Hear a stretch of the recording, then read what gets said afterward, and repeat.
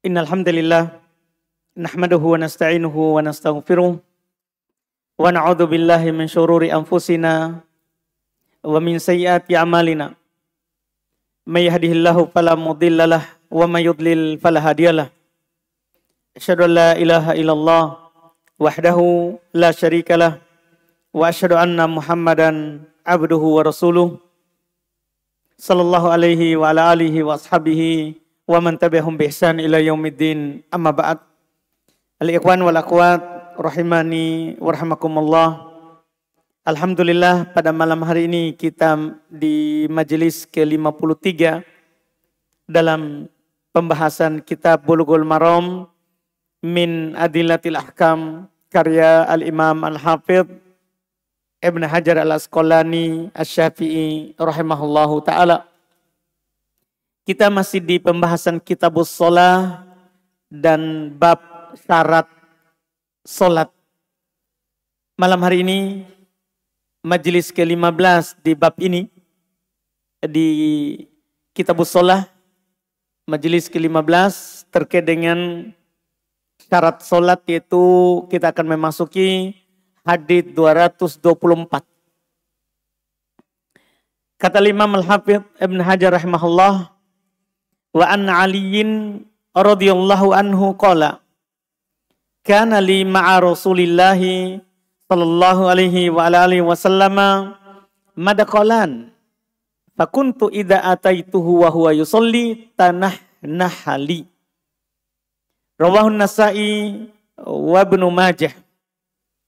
Kata beliau dari Ali radhiyallahu anhu, beliau berkata, saya mempunyai dua waktu, saya mempunyai madkholan, dua pintu. Madkholan tempat isim makan. Saya memiliki dua tempat masuk, yaitu pintu. Dua pintu masuk pada Rasulullah sallallahu alaihi wasallam. Maka kata beliau, jika saya mendatanginya ketika beliau sholat, beliau akan tanah nahali, berdehem untukku. Beliau akan berdehem, batuk mini, batuk kecil. Iya, itu namanya tanah naha. Iya, diriwayatkan oleh Imam An-Nasa'i dan Ibnu Majah, kata Al-Hafidh Ibnu Hajar.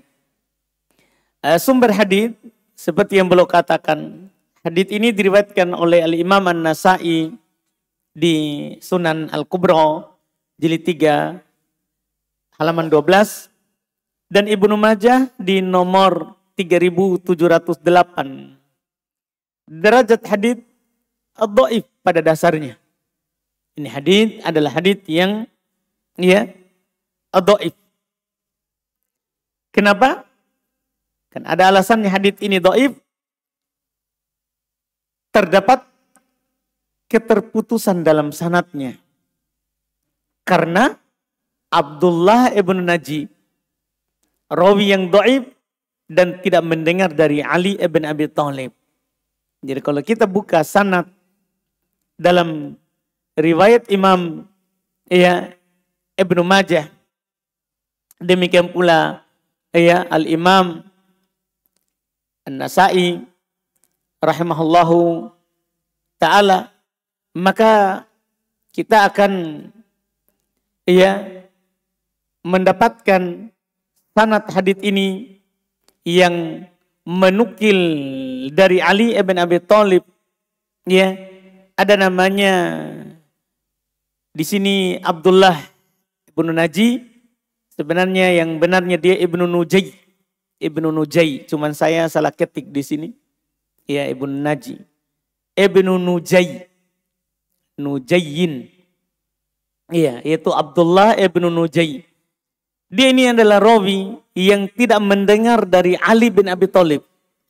Tapi dia riwayatkan dari Ali.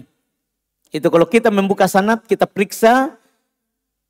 Al-Imam An-Nasa'i berkata, akhbaroni Muhammad ibnu Ubaid, telah bercerita mengabarkan kepada saya Muhammad ibnu Ubaid. Qala, dia berkata, haddatsana Ibnu Ayyash, telah bercerita kepada kami Ibnu Ayyash, an Mughirah dari Al-Mughirah, anil Harith Al-Uqli dari Al-Harith Al-Uqli, an Ibnu Nujay.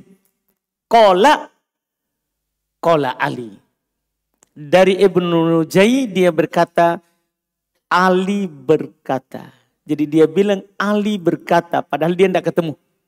Padahal dia adalah rawi yang tidak ketemu dengan Ali ibn Abi Thalib. Sehingga ini hadits terdapat keterputusan dalam sanadnya. Iya, keterputusan dalam sanadnya. Hanya saja ini hadits sebenarnya punya pendukung dari jalur lain. Ya, di hadits ini ada pendukung dari jalur lain, tapi sanad ini tersendiri dia adalah sanad yang dhaif. Karena rawi ini. Kita lihat fikih haditsnya. Sepakat 4 madhab. Syafi'iyah, Malikiyah, Hanafiyah, Malikiyah, Syafi'iyah, Hanabilah. Sepakat 4 madhab bahwa berdehem tidak membatalkan sholat jika dibutuhkan. Kadang seorang gatal tenggorokannya misalnya, atau ada lendirnya, dia berdehem, atau ada yang dia mau isyaratkan. Ada yang dia mau isyaratkan jika dibutuhkan. Jika dibutuhkan, ya, maka itu tidak membatalkan sholat. Atau karena udur. Karena udur. Jika dibutuhkan atau karena udur, itu tidak membatalkan sholat. Adapun jika tidak dibutuhkan atau tanpa udur, ya, maka juga tidak membatalkan sholat dalam madhab 4. Juga sama sebenarnya. Dalam fikih madhab yang 4 juga tidak membatalkan sholat kalau dilakukan tanpa udur. Iya, tapi di sini ada 2 tapinya. Tapi makruh. Mereka cuma menganggap bahwa berdehem itu adalah makruh dalam sholat. Tidak sampai membatalkan. Kenapa? Karena menurut mereka berdehem itu tidak masuk dalam berbicara. Karena tidak ada huruf yang jelas. Tidak masuk dalam berbicara. Sehingga mereka mengatakan itu tidak membatalkan sholat. Karena membatalkan sholat butuh dalil syar'i.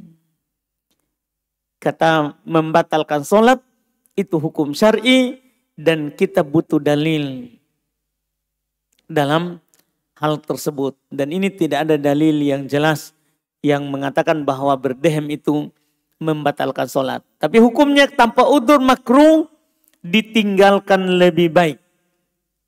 Kita tinggalkan lebih baik kalau tidak ada udurnya atau tidak dibutuhkan. Kalau tidak ada udurnya atau tidak dibutuhkan, maka tentunya lebih baik kita tinggalkan. Adapun hadits di sini kita tidak bisa pakai berdalil dikarenakan dhaif. Kita cuman pakai berdalil bahwa hadis sebelumnya orang yang berbicara dalam sholat itu membatalkan sholat, tidak membatalkan kalau ada udzur. Karena itu berbicara. Ketika seorang berdehem itu tidak masuk dalam berbicara. Sehingga tidak bisa kita katakan bahwa dia membatalkan sholat dengan dalil yang kita sudah baca di pertemuan sebelumnya. Adapun hadits sekali lagi, hadits yang ada di hadapan kita tidak bisa kita pakai. Karena dhaif. Terdapat keterputusan di dalam sanadnya. Kemudian berikutnya, hadits 225. Kata beliau, wa ani bin Umar radhiyallahu anhuma qala qultu li Bilal kaifa ra'aitan nabiyya sallallahu alaihi wasallam yaruddu alaihim hina yusallimuna alaihi wa huwa yusalli. Ini terkait dengan menjawab salam dalam keadaan sholat. Qala yaqulu hakadha wa basata kaffah akhrajahu Abu Daud wa Tirmidzi wa sahhaha. Kata beliau dari Ibnu Umar radhiyallahu anhu, beliau berkata, saya bertanya kepada Bilal, orang terdekat dengan Rasulullah dalam masalah sholat, adzan dan qomat, maka dialah pemegang adzan, kemudian dialah yang pemegang juga qomat jika Rasulullah sudah berisyarat sholat itu diiqomahkan. Iya. Dan dialah pintunya Rasulullah. Ini Bilal. Dia orang hitam, ya, mantan budak. Tapi dialah pintunya Rasulullah. Kalau ada orang bertamu mau ketemu Rasulullah, maka yang menjaga di pintu, yang menyampaikan kepada Rasulullah adalah Bilal, ya, Ibn Abi Rabah. Ini beliau yang sebagai palang pintunya. Karena dia adalah orang dekatnya Rasulullah, maka banyak hal yang dia tahu tanpa ditahu oleh orang lain. Seperti ini masalah.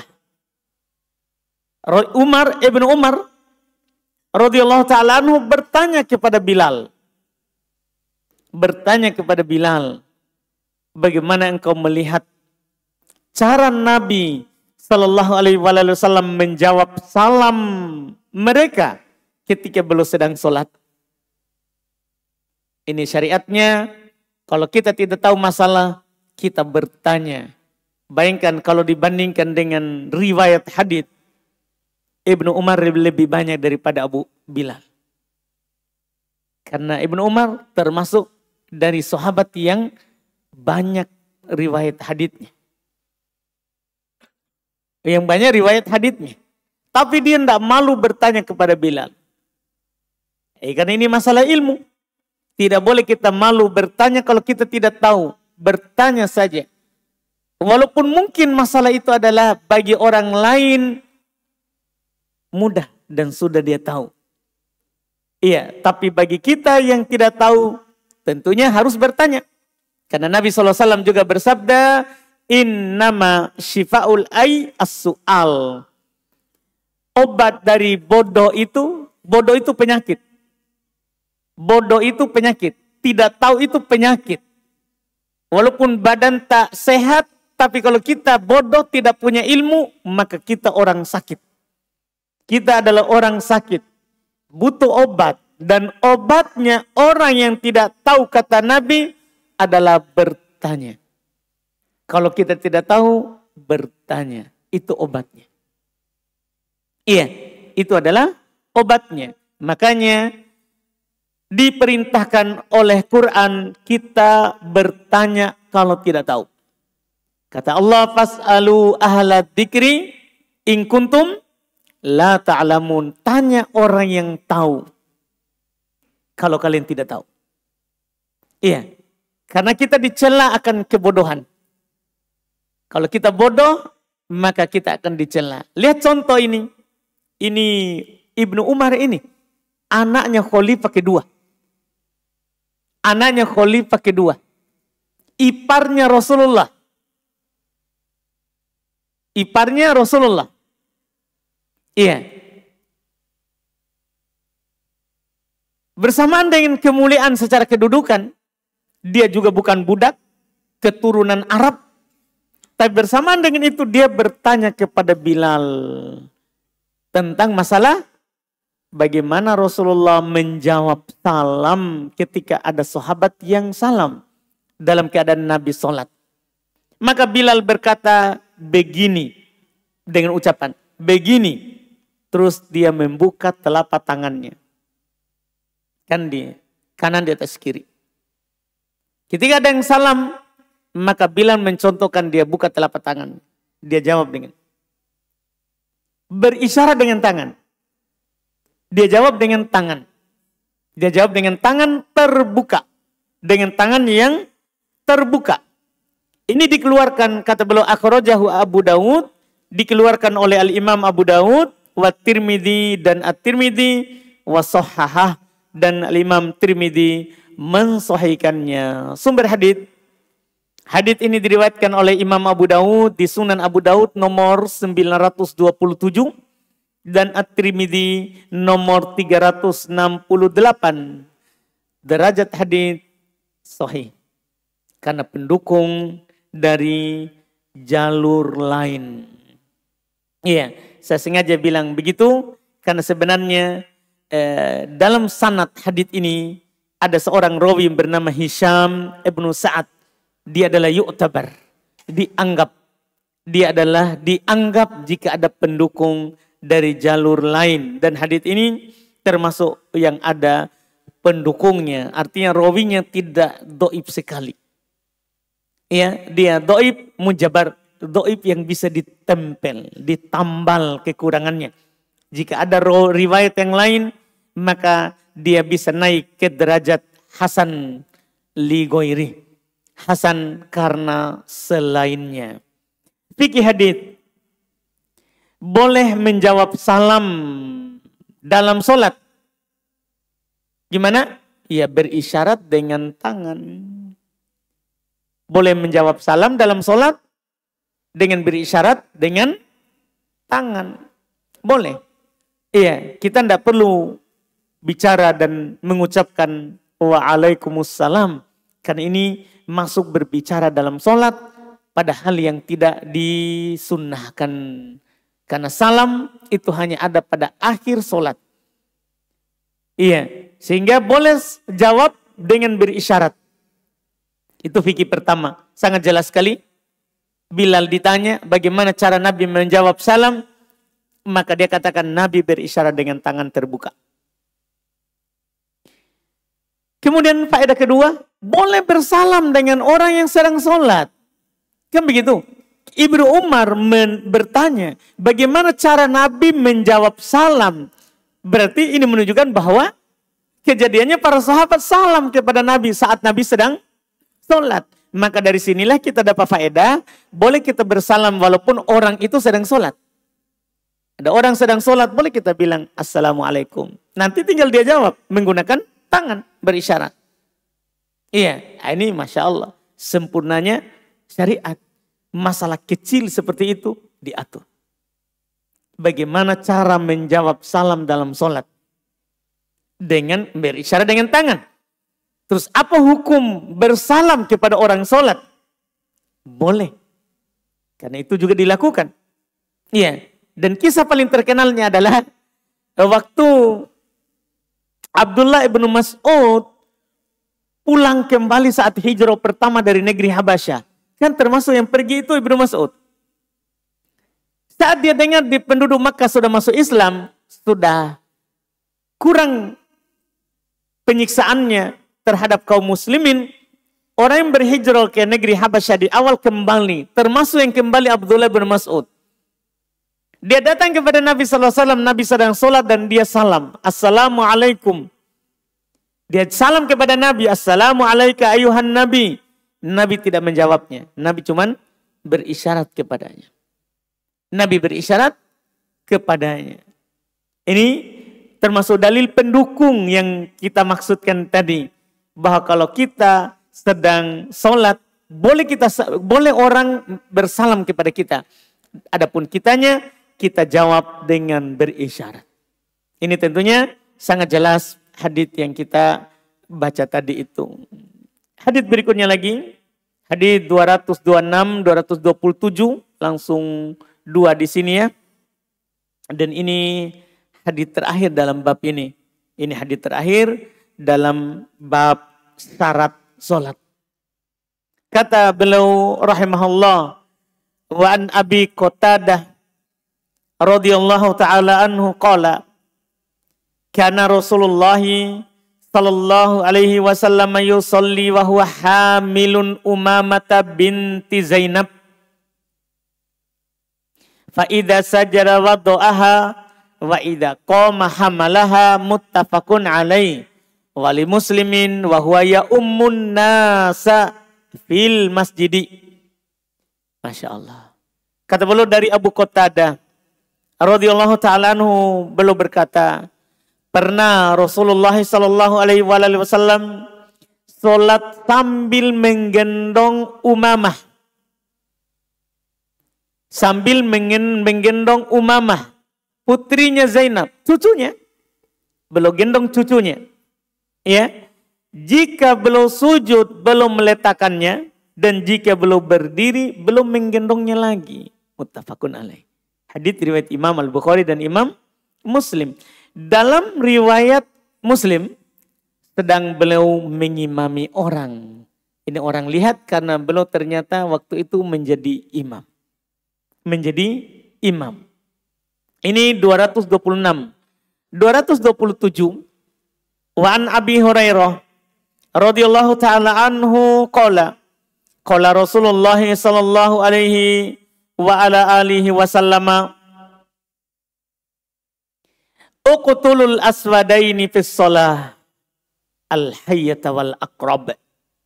Akhrajahul arba'ah wa sahhahu Ibnu Hibban.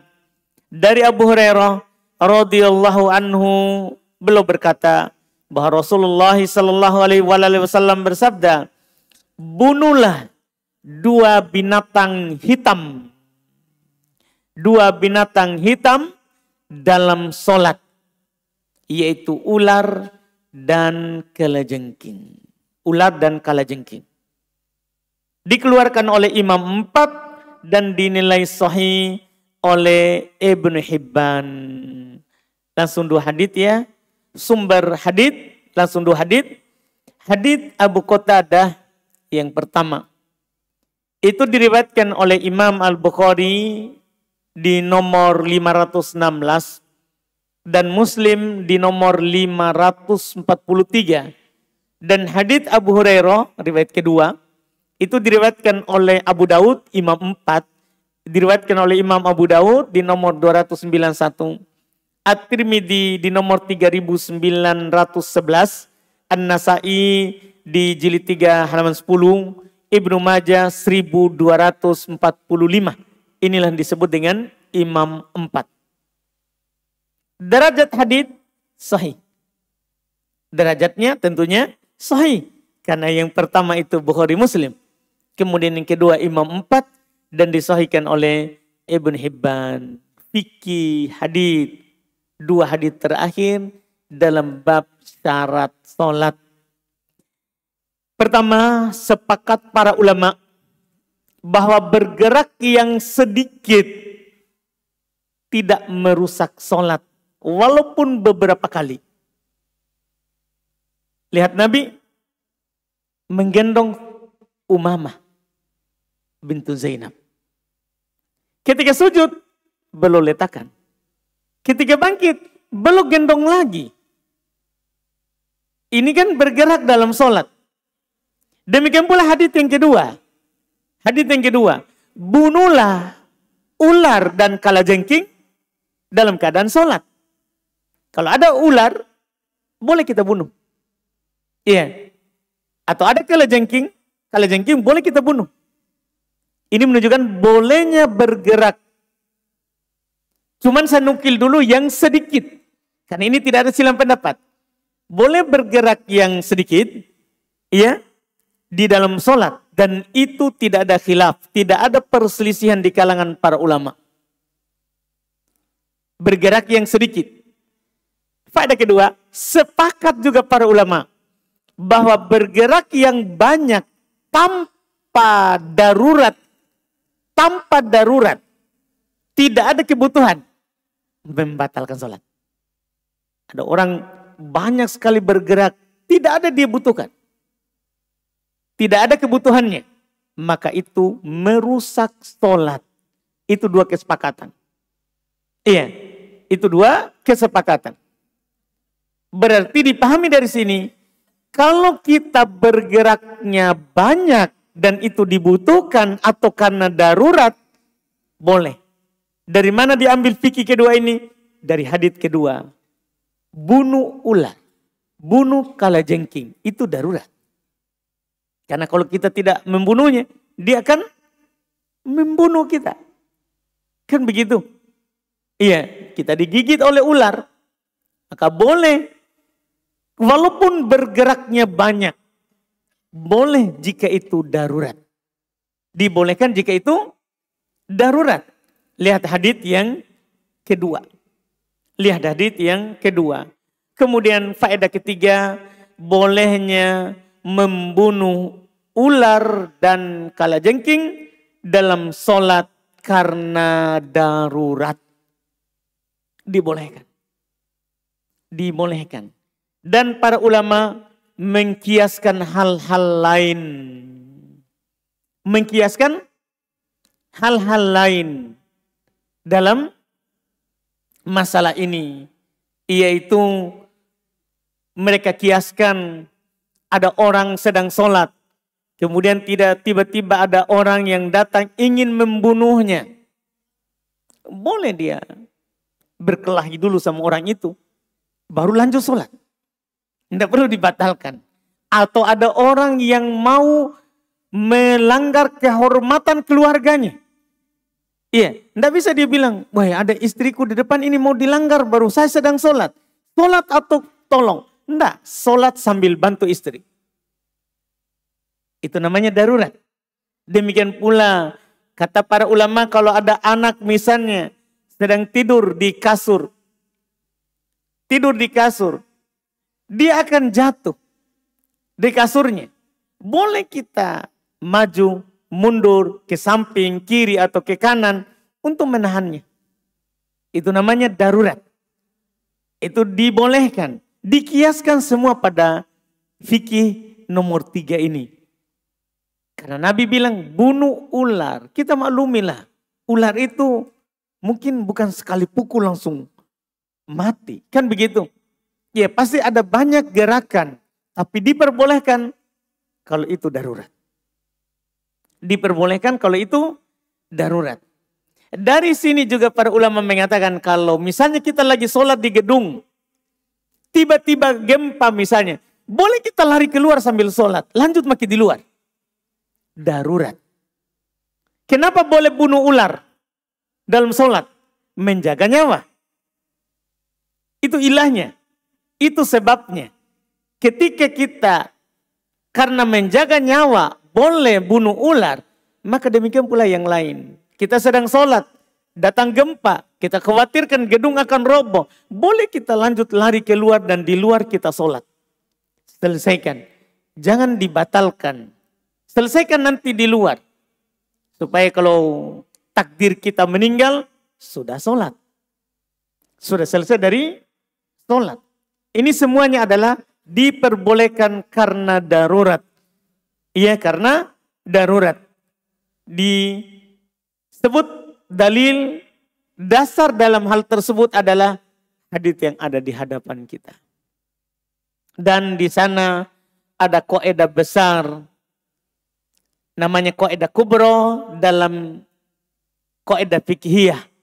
Ad-daruratu tubihul mahdurat. Namanya darurat itu membolehkan yang tidak boleh. Itu masalah haram asalnya. Tapi kalau darurat menjadi boleh. Itu kaidah besarnya. Ya, itu adalah kaidah besarnya dalam masalah yang disebutkan di sini.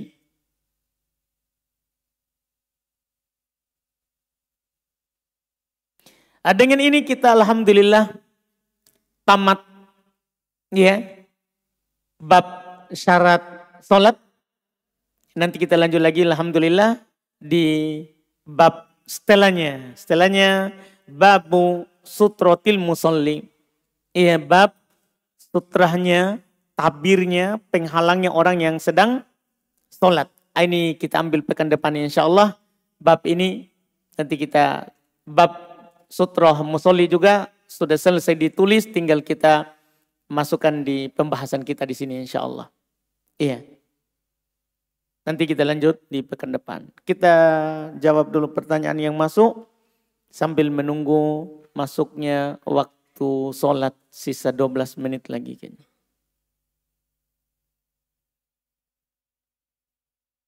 Yang mau bertanya langsung boleh pakai mic.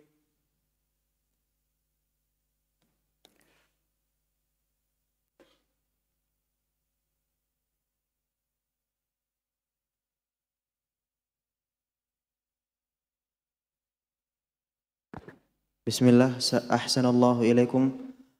Bagaimana dengan hukum menjawab salam tatkala salat? Apakah tetap wajib?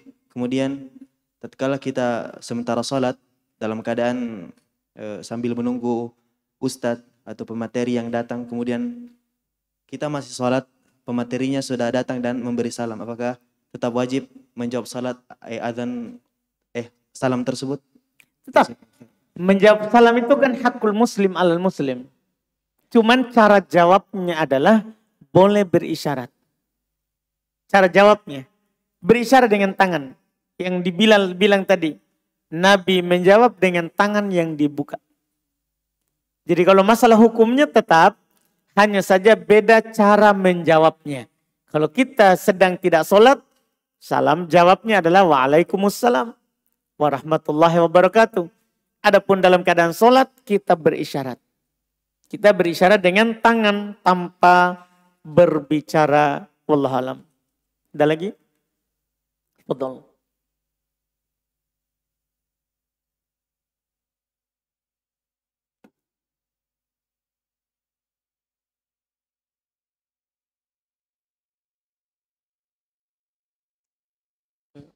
Apa hukumnya kalau misalnya sholat dalam keadaan gempa, tetap lanjut sholat, apakah menyelisihi Nabi, Ustadz?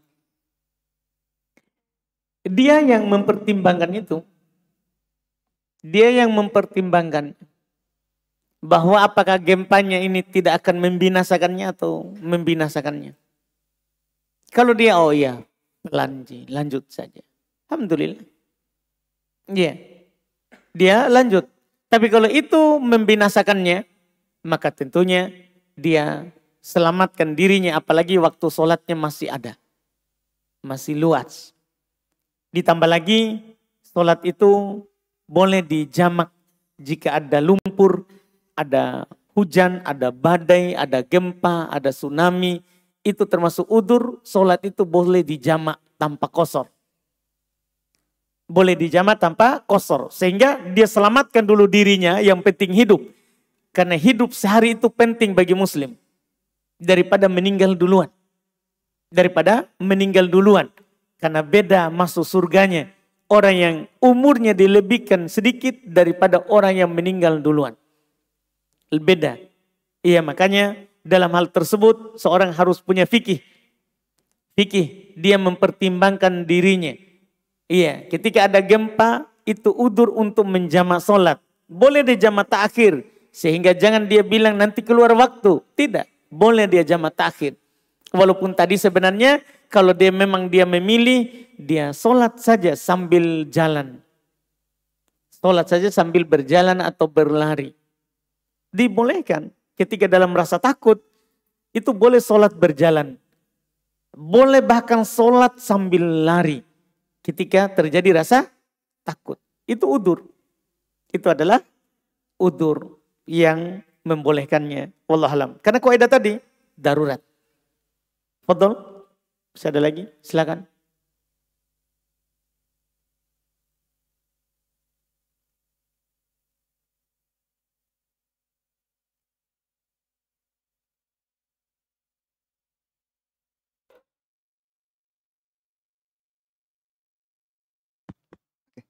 Ahsanallahu ilaika Ustadz.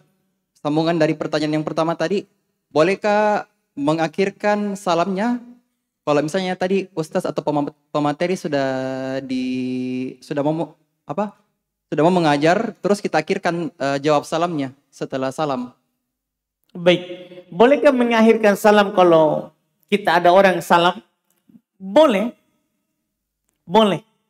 Cuman disegerakan itu lebih utama. Iya, karena menjawab salam itu disegerakan.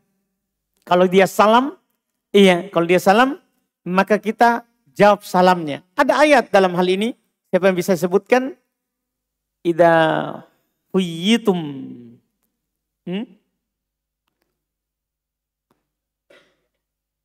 Ulang, saudara. Ahsan. Lafaz awal saja yang saya butuhkan. Idza huyyitum bitahiyatin fahayyu fa. Pakai huruf fa. Jika kalian diberikan tahiyat, ucapan selamat dengan sebuah salam, maka fa yang dipakaikan oleh Allah huruf fa. Huruf fa itu faedahnya adalah ta'kid, tartib ma'at ta'kid. Berurut tanpa diakhirkan. Itu faedah huruf fa. Gara-gara huruf fa kita mendapatkan dua tadi. Tartib artinya kita jawab salam itu setelah orang salam. Jangan ada orang datang, waalaikumsalam. Nah dia belum salam. Nggak boleh duluan. Nggak boleh duluan. Setelah. Itu namanya tartib. Dilakukan dengan tertib. Ada orang salam, jawab salamnya. Jawabnya kapan? Fahayu. Maka jawablah tanpa selang waktu. Itu artinya fa. Jadi ketika dia bilang assalamualaikum waalaikumsalam. Tanpa jeda. Tanpa selang waktu. Itu asalnya tadi saudara. Jadi kalau kita akhirkan berarti kita menyelisih Quran. Walaupun hukum menjawab salam ini sunnah. Tapi kalau kita ikut Quran. Apa yang Quran dahulukan, itu kita dahulukan. Apa yang Quran akhirkan, itu yang kita akhirkan. Itu yang kita akhirkan. Ini ikut Quran. Dipahami mungkin? Alhamdulillah.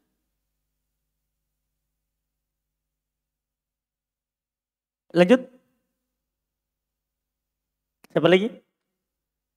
Silakan. Bismillahirrahmanirrahim. Assalamualaikum. Izin bertanya Ustaz. Betul. Bagaimana kalau misalnya kita sholat sunnah di rumah, kemudian orang tua kita memanggil Ustaz? Apakah setelah memenuhi panggilannya kita lanjut sholat atau kita ulang dari awal? Sholat sunnah? Iya Ustaz. Kalau itu membutuhkan ucapan atau gerakan yang banyak, maka kita batalkan sholat. Iya, dan kita nanti ulang dari awal. Kalau panggilannya sudah darurat atau orang tua butuhkan, hajat namanya. Dan kaidah juga, al-hajatu bimanzilati darurah. Hajat itu sama dengan darurat. Jadi ketika orang tua itu panggil dalam bentuk darurat dia dibantu, karena hajat dia butuhkan sekali kita bantu dia panggil, maka darurat kita batalkan. Jika tidak bisa sambilan. Jika tidak bisa sambilan. Tapi kalau misalnya bisa sambilan, orang tua kita misalnya, tolong ambilkan saya baju di kamar situ. Kita lagi sholat di situ. Ambilkan saja baru kasih keluar dari pintu. Lanjut lagi sholat. Dibolehkan. Dibolehkan. Barakallahu fiik. Masih ada? Di sini ada pertanyaan kertas. Bismillah. Alhamdulillah, saya sekarang sudah berusia 29 tahun. 29 tahun Ustaz. Dan Allah memberikan saya sebuah sinyal. Masya Allah. Allahumma barik. Untuk berjodoh. Mantap. Ada laki-laki yang datang menemui saya. Bahaya. Untuk melamar saya. Jangan, suruh ke orang tua. Mungkin itu maksudnya ini ya. Iya. Tetapi di tempat saya bekerja, sudah ada beberapa teman saya yang sudah dikeluarkan karena kedapatan menikah. Allah, tempat kerja apa itu? Meski di kontrak pekerjaan saya tidak tertera hal semacam itu.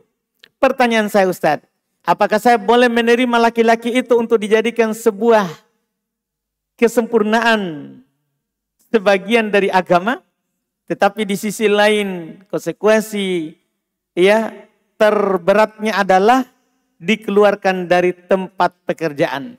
Mohon nasihatnya Ustadz. Masya Allah. Berarti yang bertanya perempuan ya? Iya kan? Yang bertanya akhwat. Keluar saja. Lebih mudah kalau akhwat.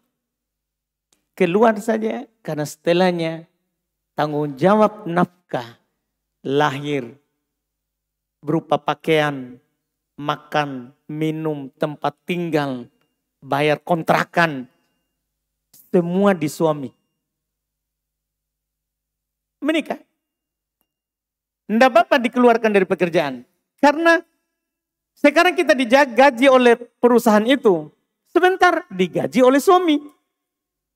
Iya kan? Suami kan sepakat para ulama wajib memberikan nafkah kepada istrinya sesuai kemampuan.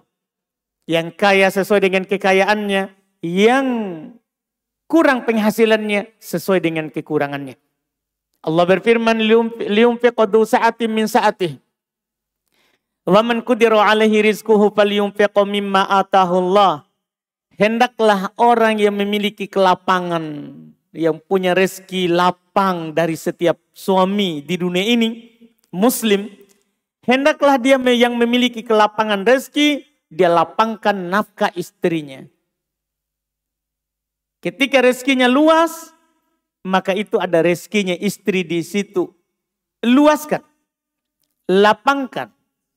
Tapi waman qudira alaihi rizquhu, siapa yang disempitkan rezekinya?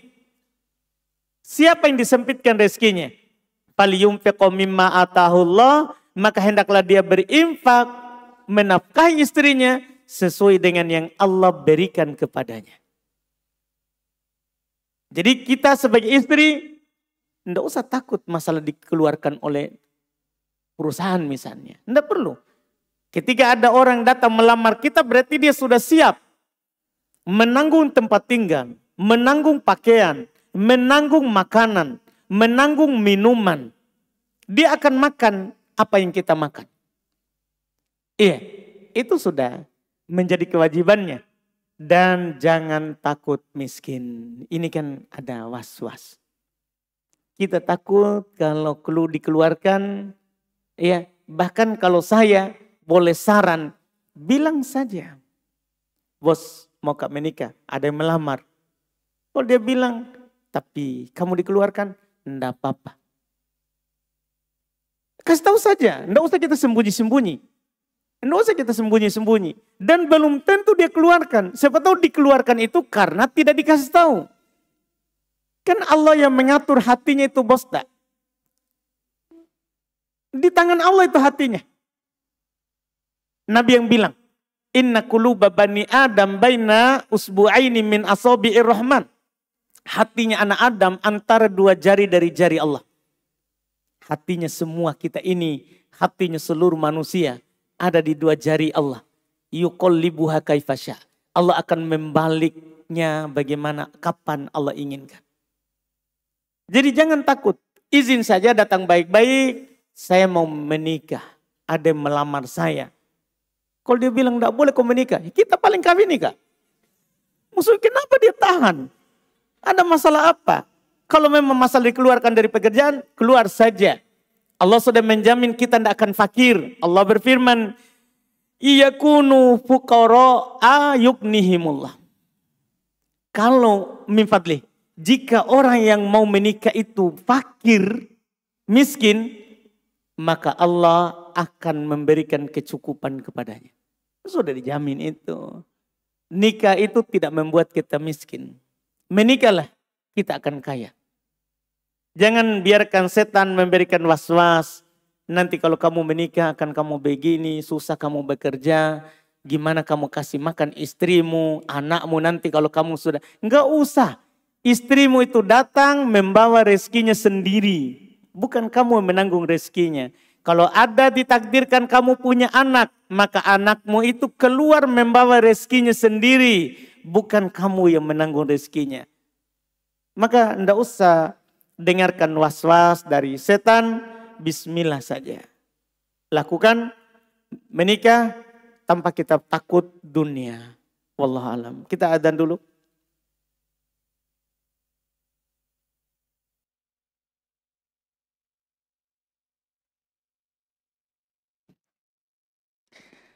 Bikin tak bangka saja. Sini ada pertanyaan, kita lanjut. Apakah hadits la salata bi hadrati ta'am bisa pada semua waktu solat ataukah hanya khusus pada solat isya? Semua, haditsnya umum. Haditsnya umum. La solata bihadrati ta'am wala huwa yudafi'uhul akhbatan. Tidak ada solat jika makanan sudah terhidangkan. Demikian pula tidak ada solat jika dia menahan dua yang khabith. Yaitu air kecil dan air besar. Iya, itu umum. Itu umum. Wallahu alam. Terkait dengan ini pertanyaan berikutnya. Terkait solat Id. Apabila hari raya Id bertepatan dengan hari Jumat.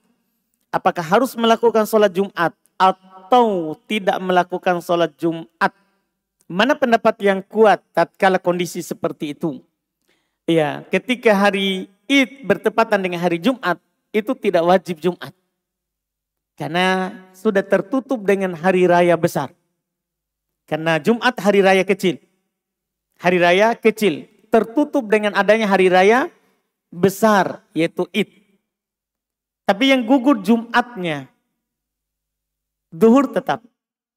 Tetap sholat duhur. Jumat gugur. Kecuali dia sebagai khotib, imam, muadzin, maka tidak gugur. Untuk menjaga kalau ada orang yang datang melaksanakan Jumat.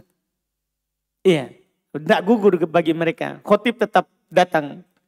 Iya, khutbah, demikian pula imam, muadzin tetap datang. Menegakkan Jumat. Menegakkan Jumat. Iya.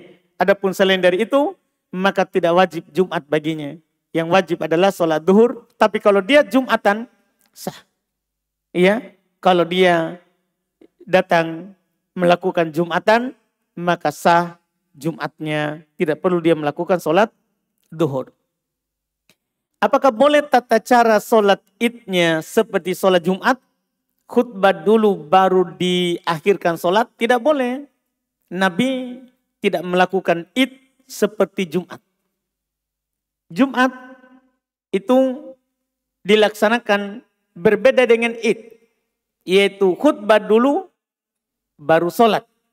Karena khutbah Jumat masuk dalam wajib Jumat.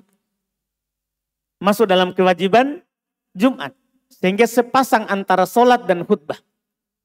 Iya. Sementara Id, Nabi mencontohkan sholat dulu baru khutbah. Karena khutbah Id sunnah. Bukan wajib. Khutbah Id sunnah. Bukan hal yang wajib. Tidak sama dengan khutbah Jumat. Iya, tidak sama dengan khutbah Jumat. Orang yang sholat Id kemudian dia tidak ikut mendengarkan khutbah, maka tidak mengapa tidak ada masalah dengan sholatnya. Tidak ada masalah dengan sholatnya. Tapi orang Jumat, sholat Jumat tidak mendengarkan khutbah, dia berdosa. Kalau dia sengaja tanpa udur. Kalau dia sengaja tanpa udur. Walaupun sholat Jumatnya sah. Walaupun sholat Jumatnya sah. Wallahualam. Apa hukum seorang makmum mengatakan salah? Saat bacaan imam itu terdapat kesalahan. Dia tidak mengucapkan subhanallah. Tapi dia katakan salah. Kalau sengaja, batal sholatnya. Karena tidak cocok sholat untuk ucapan manusia. Kalau sengaja. Kalau dia tahu hukum. Tapi jika tidak tahu hukum, maka tidak batal sholatnya. Tinggal nanti diajarkan. Bahwa sholat tidak cocok untuk pembicaraan orang. Nabi telah mengajarkan laki-laki ucapkan subhanallah, perempuan dia menepuk tangannya. Menepuk tangannya. Wallahualam.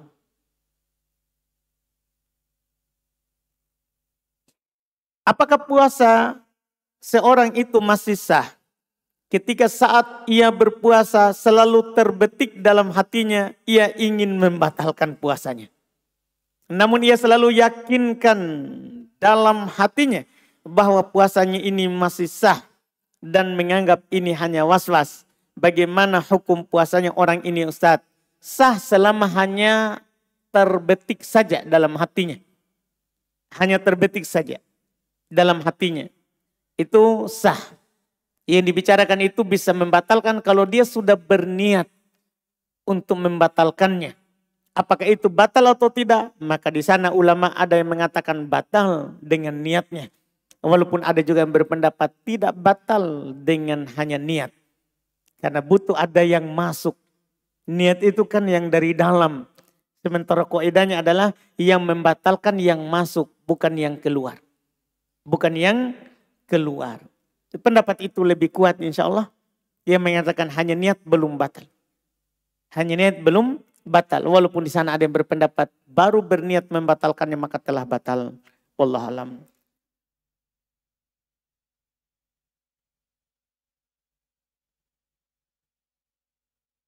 Mohon penjelasannya Ustadz terhadap orang yang masbuk dalam sholat. Dalam sholat id. Dengan masbuk 1 rakaat. Maka saat dia menambah rakaatnya. Gimana yang harus dia ganti? Apakah rakaat pertama atau kedua? Yang pertama. Karena orang yang masbuk itu yang dia dapat itulah rakaat rakaat kedua. Rakaat kedua. Karena orang yang masbuk itu yang dia dapat itu adalah yang dianggap rakaat pertama. Sehingga nanti rakaat yang dia sempurnakan dianggap rakaat kedua. Dianggap rakaat kedua. Itu yang disebutkan walaupun di sana ada juga yang berpendapat dianggap rakaat pertama. Tapi yang kuatnya adalah dianggap rakaat kedua. Jika dia menambah yang kurang. Yang dia dapat pertama, dianggap rakaat pertama baginya. Walaupun imam sudah rakaat kedua. Wallahualam.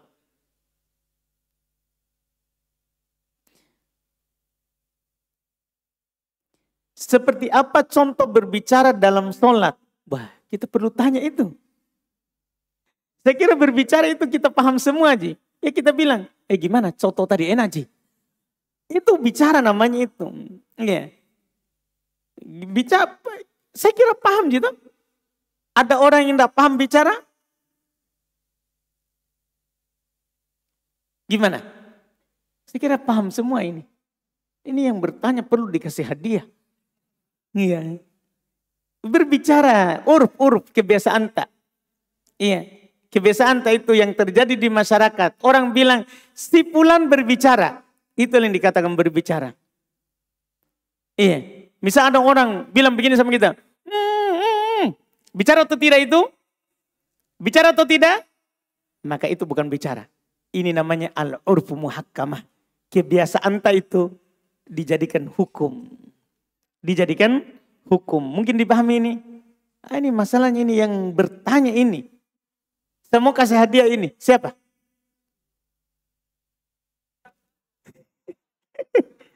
Baik, apa kurang? Dapat hadiah, mau ke hadiah apa? Yang penting jangan umroh. Faedah dari hadis yang 22. Faedah dari hadis yang nomor 220 sampai 221. Yaitu yang pertama. Sepakat para ulama siapa yang berbicara saat sholat dalam keadaan sadar mengetahui larangan dalam berbicara dalam sholat dan bukan untuk maslahat sholat maka sholatnya batal. Yang kumaksud itu Ustaz, yang maslahat kurang gitunya Ustaz. Berbicara yang maslahat apa contohnya? Nah, itu yang kurang kutulis Ustaz. Yang maslahat sholat. Berbicara yang maslahat sholat. Itu yang kita contohkan sudah sebelumnya. Dia bilang subhanallah. Masalah sholat namanya itu. Atau imam lupa ayat. Dia lanjutkan ayatnya. Itu namanya maslahat sholat. Jadi apa hadiah ini? Karena kita ini laki ini. Berani mengaku. Sudah menikah? Wah, semoga cepat menikah. Masya Allah. Bukan kita tadi itu yang datang. Kau kira kita itu deh. Alhamdulillah. Jadi apa hadiah tak? Yang tanggung umroh yang bilang. Apa hadiah tak? Pikir kami dulu. Baru bilang ke pekan depan. Dah? Pikir kami dulu baik-baik. Alhamdulillah. Di sini ada lanjutan. Lagi tolong jelaskan sedikit tentang kudroh Allah yang berkaitan dengan sesuatu yang mungkinat. Keras-keras ini ya. Ngeri. Jadi sebenarnya begini saudara. Ini kan pertanyaan ini tidak keluar kecuali dari orang-orang filsafat. Jadi orang filsafat itu kan selalu memberikan keraguan kepada muslim. Itu dia kadang begini bertanya, apakah Allah mampu menciptakan segala sesuatu? Kita akan jawab, mampu. Sebagai pemula yang baru masuk di dunia filsafat, yang dia mau rekrut, yang dia mau tipu-tipu, kita akan bilang mampu. Setelah itu dia akan bilang lagi, apakah kalau begitu apakah Allah mampu mencipta yang juga sama dengan Allah? Dia bilang ngomong begitu. Iya, apa jawaban kita? Kira-kira kalau ditanya begitu? Masya Allah begitu. Apa jawabannya? Nabi sudah tuntunkan. Kalau ada orang bertanya seperti itu, ada jawaban. Amantu billah. Saya percaya kepada Allah. Iya, itu jawaban. Bisa juga kita, jawaban kedua kita bertawud. A'udzu billahi mink. Saya berlindung kepada Allah darimu. Karena tidak ada yang bertanya begitu kecuali setan. Masa saya ini yakin. Allah berfirman. Wallahu ala kulli syai'in qadir. Allah itu maha mampu atas segala sesuatu. Apa yang Allah inginkan pasti terjadi. Tidak ada yang bisa menahannya. Sesuatu yang tidak mungkin bagi kita. Semuanya mungkin bagi Allah. Tapi jika Allah ingin. Apakah pertanyaanmu ini Allah inginkan atau tidak? Itu urusannya Allah. La yus'al amma yaf'al wahum yus'alun. Allah tidak ditanya. Quran bilang begitu. Allah tidak ditanya tentang apa yang dia lakukan. Kamu yang ditanya. Kan Allah sudah bilang begitu. Allah tidak ditanya tentang apa dia lakukan. Dia mau lakukan apa? Urusannya dia. Di tangannya segala sesuatu. Kamulah yang akan ditanya. Kamu disuruh yakin terhadap takdir. Semua itu terjadi atas ilmunya Allah. Semua itu terjadi atas hal yang telah ditulis oleh Allah. Semua itu terjadi karena semuanya dicipta oleh Allah. Semua itu terjadi karena semua itu dikehendaki oleh Allah. Itu saja yang kamu yakini. Itu saja yang kamu yakini. Saya yakin Allah mampu melakukan sesuatu. Tapi saya ragu akan itu. Silakan ragu. Silakan kamu ragu. Adapun saya yakin. Tidak mau saya ragu sekali sedikit pun. Kepada pencipta saya. Kalau kamu ragu, silakan. Urusanmu itu. Iya. Nanti kamu akan bertanggungjawabkan lagi di sisi Allah. Iya, itu terkait dengan apa yang ditanyakan tadi. Pertanyaan-pertanyaan seperti itu tidak muncul kecuali dari orang itu. Iya, mereka. Yang pondasi dasar dari kesalahan adalah kesalahan dari orang filsafat sama dengan pendahulunya. Dari ahli kalam. Iya, kesalahannya adalah takdimul aql ala naql. Mereka itu selalu mendahulukan akal daripada dalil Quran hadis. Jadi kalau datang Quran kita ngomong Allah bilang begini, dia akan bilang tunggu dulu, saya kaji dulu apakah ini sesuai dengan akal atau tidak. Itu musibah besarnya orang filsafat. Itu musibah besarnya. Berbeda dengan generasi terbaik. Sahabat Nabi. Datang dalil. Sami'na wa ata'na. Kami dengar, kami taat. Cocok akal, tidak cocok akal. Mereka lakukan. Karena sudah banyak pelajaran. Tidak cocok di akal, tapi karena Nabi bilang begitu. Begitulah yang akan terjadi. Sudah banyak pelajaran di mereka.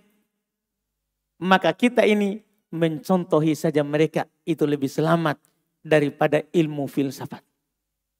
Lebih bagus kita contohi mereka. Tapi hati-hati, mereka punya syubhat. Ini masalahnya.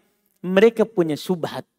Syubhatnya adalah ilmu al-khalaf afdal min ilmi salaf.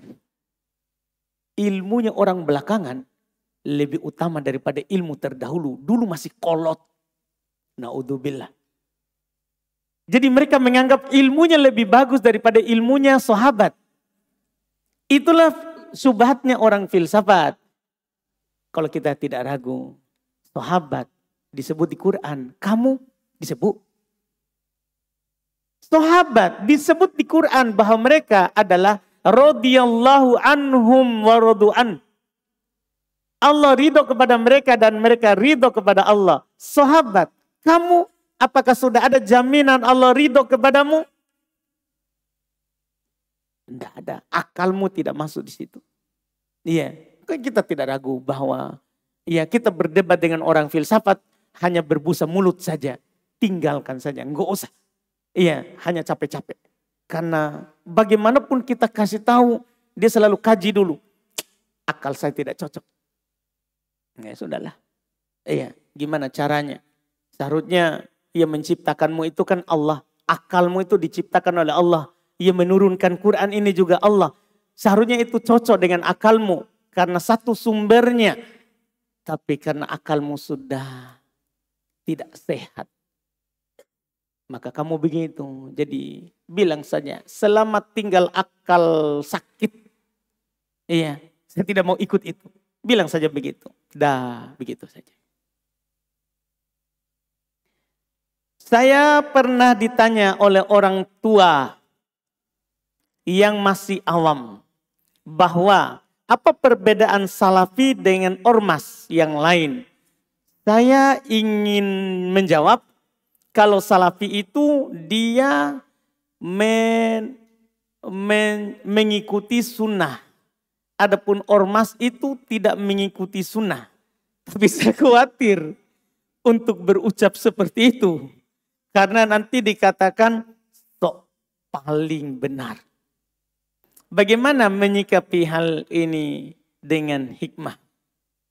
Sebenarnya kita ucapkan saja. Katakan saja, mau dikatakan sok benar, sok ini, tidak ada masalah. Ya. Alhamdulillah kalau ada orang bilang sok benar, alhamdulillah cium tangannya. Karena Nabi saja dibilang tukang sihir. Iya kan? Tidak, orang musyrikin tidak pernah bilang ke Nabi sok benar. Tidak. Kan begitu, berarti kita masih ringan. Jelaskan saja, salafi itu cinta dan bencinya dibangun di atas Quran dan sunnah sesuai dengan pemahaman sahabat. Tidak dibangun di atas anggaran dasar yayasan. Antum paham sih?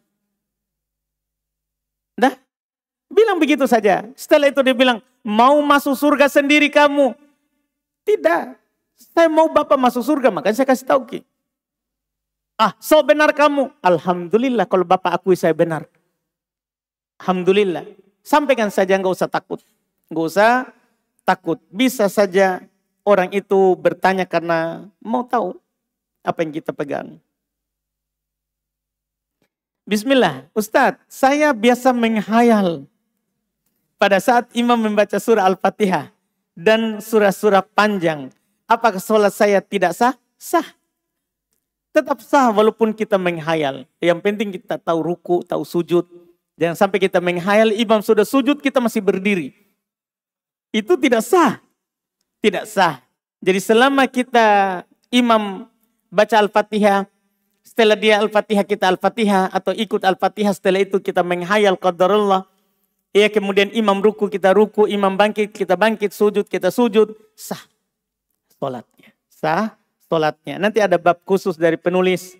Bab terkait dengan khusyuk. Ada nanti insya Allah.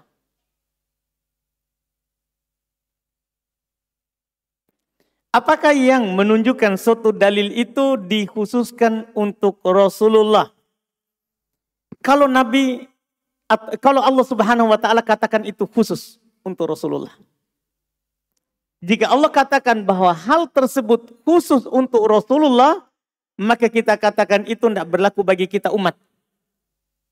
Itu tidak berlaku bagi kita umat. Di surat apa itu ada ayat? Kholisatan laka. Sultan temanku, bantu dulu saudaramu ini. Surat Al-Ahzab apa dia bilang?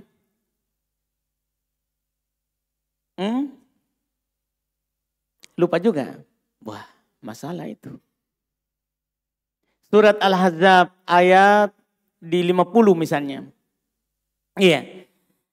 Jadi di surah Al-Ahzab itu terkait dengan nikah dengan cara hibah. Rasulullah itu punya kekhususan. Kalau ada perempuan yang datang kepadanya, ya Rasulullah, saya ingin menikah denganmu. Maka Rasulullah bisa menerimanya dan langsung jadi istri. Langsung jadi istri. Iya, ini asalnya syariat bisa saja umum untuk kita. Bisa saja. Tapi Allah berfirman, in wahabat nafsaha lin nabi. Di surah Al-Ahzab yang disebut oleh Sultan tadi. In wahabat nafsaha lin nabi. In arodan nabiyyu ayyastankihaha khalisatan laka min dunil mu'minin. Jika ada seorang perempuan ingin menghibahkan dirinya kepada Nabi, nikah secara hibah. Kemudian Nabi ingin menikahinya, maka jadi istrinya. Allah berfirman, khalisatan laka min dunil mu'minin. Itu khusus untukmu, wahai Muhammad. Tidak berlaku untuk mukminin. Tanda? Tidak berlaku. Kalau ada perempuan datang kepada kita, saya ingin menikah dengan kamu Ustaz. Langsung bilang, baik saya terima. Langsung jadi istri. Tidak berlaku. Itu khusus untuk Nabi. Ini cara tahu pertama. Cara tahu kedua, Nabi sendiri yang mengatakan. Nabi sendiri yang mengatakan. Atau nampak dari perbuatan Nabi, itu belum lakukan dan tidak dilakukan oleh sahabat. Contoh yang Nabi katakan. Dulu Nabi puasa wisol. Tahu puasa wisol? Nabi sahur tadi subuh. Sebelum fajar. Tadi maghrib belum tidak buka. Tidak berbuka puasa. Datang sebentar sahur. Belum tidak makan sahur lagi. Lanjut sampai besok. Berpuasa. Besok maghrib baru berbuka. Berpuasa 2 hari berturut-turut. Iya. Sahabat melakukannya. Karena Nabi melakukannya. Maka Nabi SAW melarang mereka untuk melakukan puasa wisol. 2 hari berturut-turut begitu. Sahabat bertanya, ya Rasulullah innaka tuwasil, kamu wisol. Kata Nabi, innama at'amani rabbi wasqani. Saya diberi makan dan diberi minum oleh Robku. Artinya Nabi punya kekhususan dalam hal itu. Tidak berlaku untukmu. Jadi ini namanya nas dari Nabi. Nabi yang bilang itu khusus. Kita tidak boleh. Kita tidak boleh. Iya. Dan Nabi memberikan keringanan. Waman tuwasil.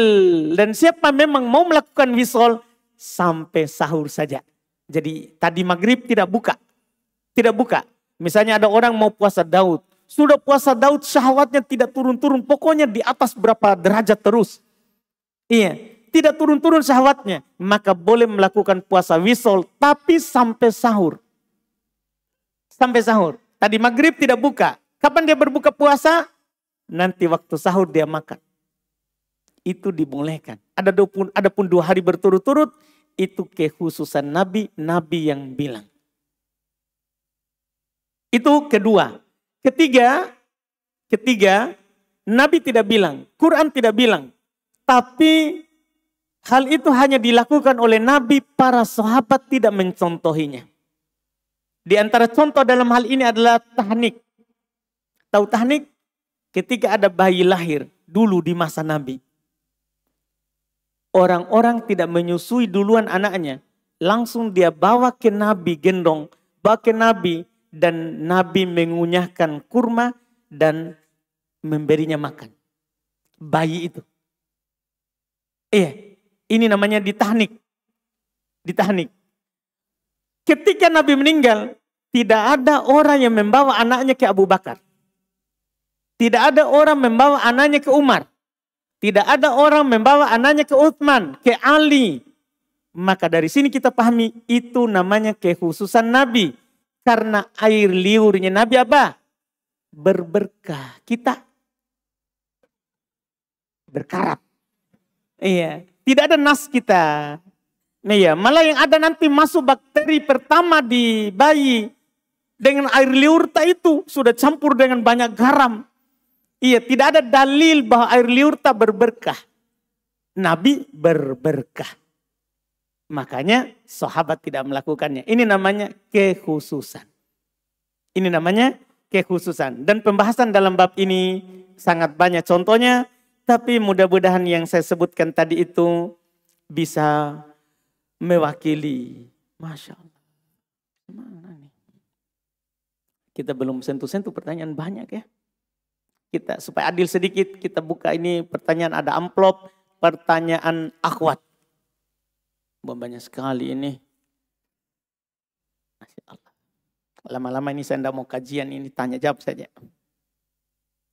Bolehkah kita berzikir menggunakan tasbih? Lalu apabila kita sedang sholat, orang tua kita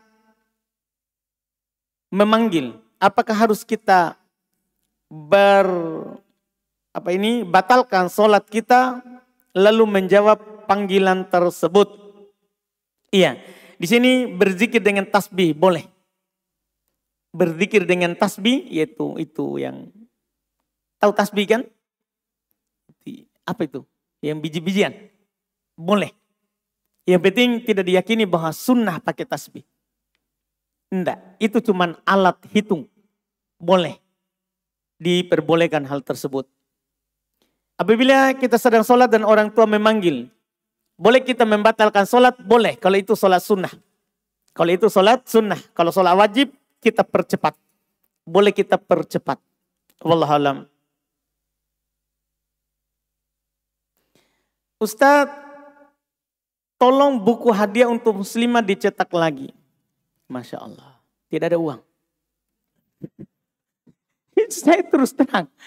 Iya, sekarang kita lagi fokus, saya terus terang. Semua uang ke cetak buku bahasa Arab. Nahwu Shorob untuk RBA. Ya kalau ada orang mau cetak, silakan saja. Yang mau cetak silakan. Nanti dikasih. Atau nanti kita bagikan saja itu filenya, PDF-nya insya Allah. Saya memang sudah ada rencana bahwa buku yang tidak bisa saya cetak lagi, tapi orang butuh, saya mau bagikan PDF-nya. Tunggu saja. Kita kerja itu besok. Buku ini kita akan bagikan PDF-nya. Segera. Insya Allah. Iya. Begitu saja. Supaya bermanfaat untuk orang. Daripada tunggu uang baru bisa dibaca. Iya. Karena seandainya cetak itu bisa pakai daun-daun. Sudah lama itu dicetak. Iya. Alhamdulillah. Jadi nanti kita bagi insya Allah. Semoga dimudahkan. Kalau disimpan, kalau di samping saya kelihatan punggung tangannya ketika sholat. Digerakkan duduk di antara dua sujud atau saat bertasyahud. Apakah dibiarkan saja atau bolehkah saya gerakan tangan saya untuk menarik kain jilbabnya agar menutupi punggung tangannya? Boleh, tapi kalau kita melihat bahwa orang di samping tak adalah orang baru, belum dapat ilmu tentang itu, maka tidak apa-apa. Dia punya udzur karena tidak tahu. Nanti tinggal setelah sholat kita sampaikan, kita nasihati bahwa perempuan itu dalam sholat semuanya aurat. Kecuali wajah dimaafkan untuk kelihatan, kemudian telapak tangan dimaafkan untuk kelihatan, telapak kaki dimaafkan untuk kelihatan. Kita sampaikan saja ilmu, lebih lemah lembut pada orang. Ini kan hanya kelihatan tangan. Di zaman Nabi ada orang kencing di masjid. Para sahabat menghadiknya. Kenapa dia kencing? Tapi Nabi bilang biarkan. Tentunya saudarita ini hanya kelihatan tangan. Hanya kelihatan tangan. Iya, nasihati saja. Ketika tadi kencing Nabi bilang biarkan. Setelah selesai kencingnya, Nabi suruh ambil air untuk siram. Baru Nabi kasih tahu orangnya. Itu namanya boleh diakhirkan nasihat. Boleh diakhirkan nasihat. Baru Nabi kasih tahu, ini masjid tidak cocok untuk kencing. Nah, sama, itu yang kita lakukan. Tidak perlu dalam sholat kita pergi tarik. Ada orang lagi tidak rapat dalam soft. Langsung tarik. Jangan, nanti saja dinasehati. Nanti saja dinasehati setelah kita melihat bahwa orang ini bisa dikasih tahu. Kalau diterima alhamdulillah, kalau tidak diterima maka itu hidayah dari Allah Subhanahu wa taala.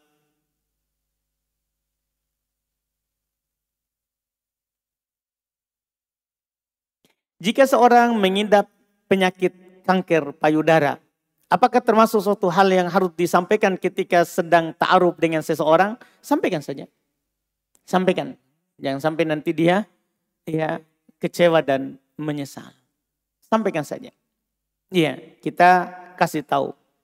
Dan ketika ada seorang memberitakan tentang kekurangannya, seorang yang nanti misalnya tidak jadi maju, tidak boleh dia sebarkan.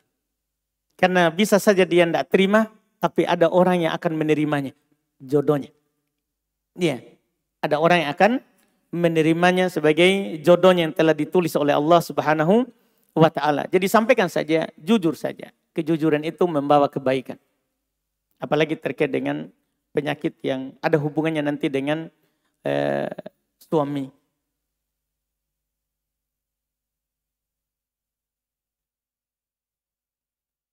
Satu lagi ya, Masya Allah.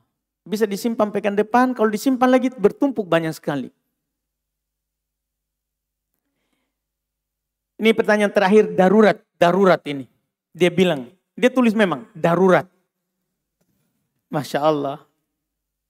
Dan semoga tidak ditulis semua darurat. Insya Allah saya ikut, apa Ustadz? Insya Allah saya ikut berserikat dalam 7 orang pada ibadah kurban. Qadarullah suami saya baru meninggal dunia. Apakah boleh saya meniatkan untuk mengikutkan dalam ibadah kurban ini keluarga yang masih hidup, anak dan ibu dan suami saya Ustadz yang telah meninggal? Boleh. Boleh. Masuk, boleh. Kita itu berkurban meniatkan keluarga yang masih hidup ataupun yang telah meninggal. Itu berlaku umum untuk laki-laki dan perempuan. Boleh niatkan keluarganya. Boleh dia meniatkan dan mengikutkan keluarganya. Yang masih hidup dan yang telah meninggal.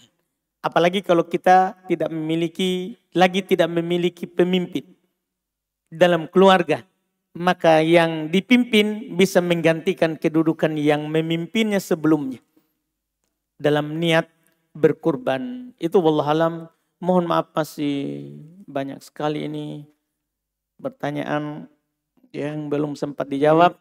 Mudah-mudahan dimudahkan di masa yang akan datang. Alhamdulillah di kesempatan depan mungkin akan dijawab pertanyaan kita yang masukkan saja, mudah-mudahan ya sempat dijawab. Alhamdulillah semua yang benarnya itu semata dari Allah dan yang kurangnya dari kekurangan kami. Mohon maaf dari hal tersebut. Subhanaka wa bihamdik, asyhadu an la ilaha illa anta, astaghfiruka wa atubu ilaik.